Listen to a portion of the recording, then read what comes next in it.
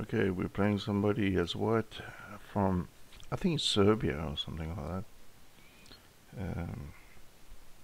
We're playing as white, center counter, we're going to play this.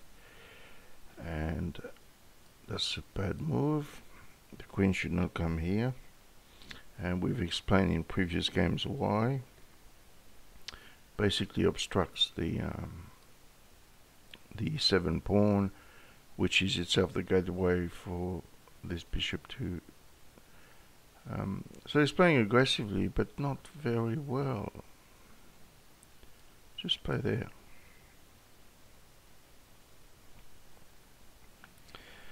Okay, let's formulate a little strategy here. After d3, okay, don't understand b5. I'm just going to castle. You know, he's playing moves that are just not making any sense. Attack on b4, he doesn't even go there. Right.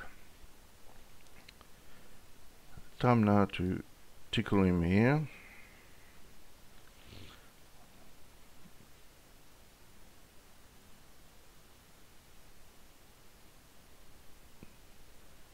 So if he doesn't move, say here or here, he's going to lose that pawn.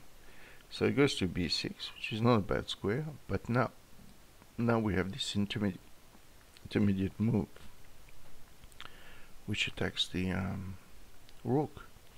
Now he's got two choices. That's probably the best, but now we got this. So all of a sudden, as his game has become really rotten. He probably has to move his queen back here.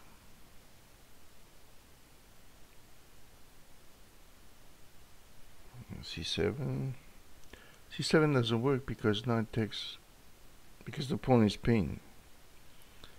So eventually the bishop will take the rook here.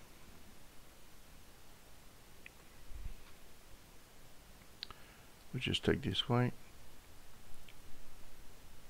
And after pawn take, we pick up the rook in the corner, which is a sad reflection on black's strategy in this game.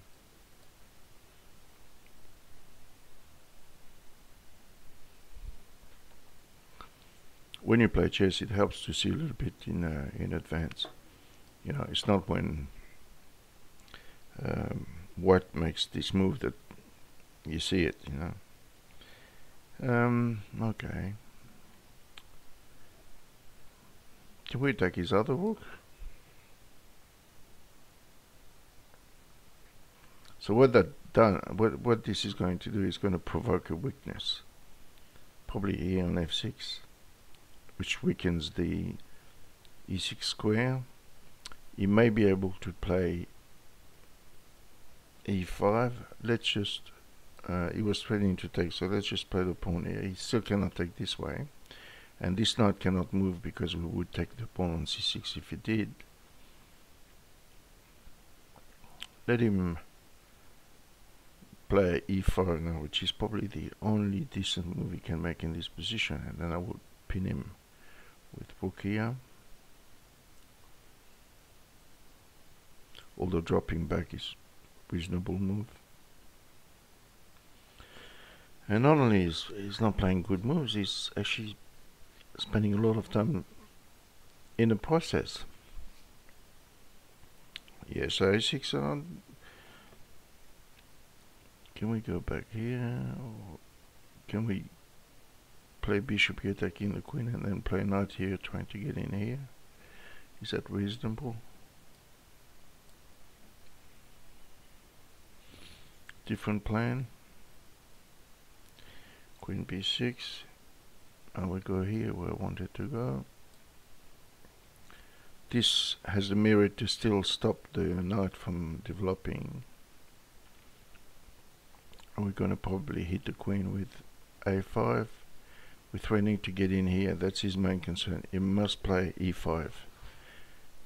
If he doesn't play e5, he gets shut down forever. This is a very bad positional weakness on this square. Now I probably should play c5 here, and then I would play rook e1. Yes, just like that. Okay. In this position is a little bit stuck for development. Now where is this knight going to go? If the knight goes there, where does this bishop go? If the bishop goes there, where does the knight go? And that's, he's being stuck on this square.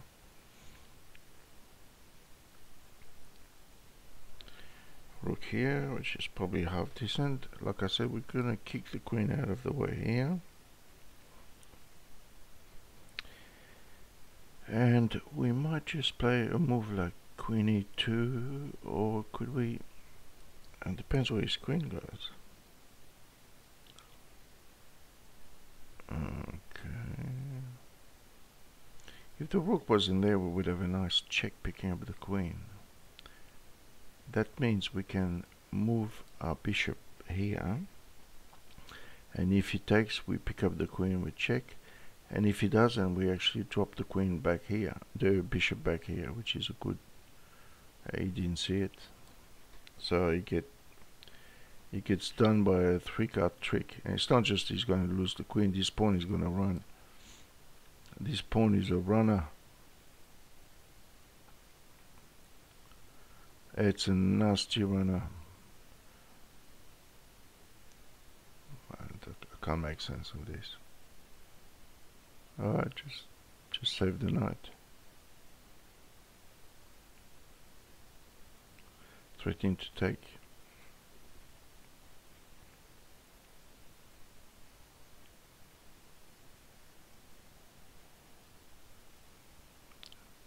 Pretty sad to end up at this stage of. I'm going to take this way. Play a little bit with him.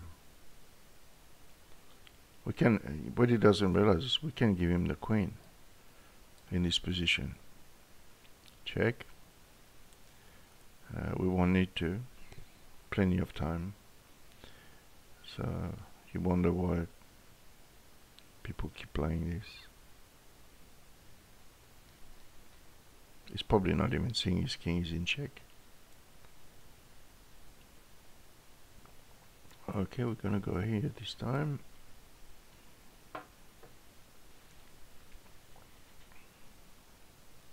Now, where's the king gonna go? We have time to play this. And now that he's played the bishop here, we can pick up the. Yeah, better to resign.